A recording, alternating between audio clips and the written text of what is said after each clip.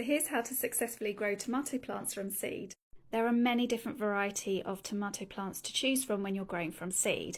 So I would definitely recommend heading to a garden centre or supermarket and taking your pick.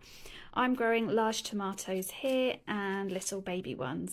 So what you'll need is a seed tray. It doesn't have to be one like this with cells. You can just have an open seed tray that you can fill with compost as long as it has holes in the bottom, and you can sprinkle the seeds out.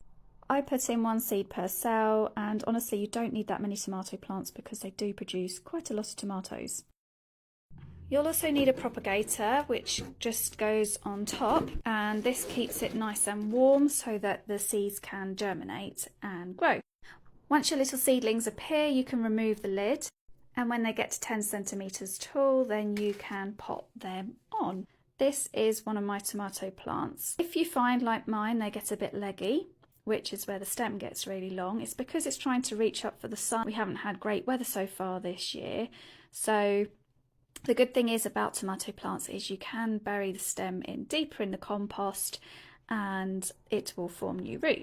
I first used seed sowing compost in the trays when I was sowing the seeds, and then I used a multi-purpose compost once I planted them on. So the best time to sow your tomato seeds, I would say, is probably end of March.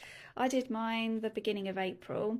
I don't know if it's a bit too late now. I know it's the end of April. You might just about get away with it, or you could just go to a garden centre and buy some tomato plants that are already growing. The important thing is that they need to stay indoors. It is too cold for them to go out. You'll need to harden them off, which is basically just putting the plants outside in the day and bring them in at night for about a week at the end of May, and then they'll be ready to plant out for the beginning of June. This might be slightly earlier depending on where you live and how warm it is, but it's basically once the risk of frost has passed.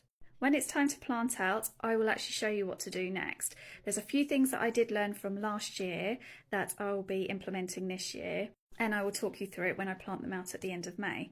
But definitely give it a go, it's so worth it. They taste so much better than the ones that you can buy in the supermarkets, and the variety and the range is much broader if you're growing from seed.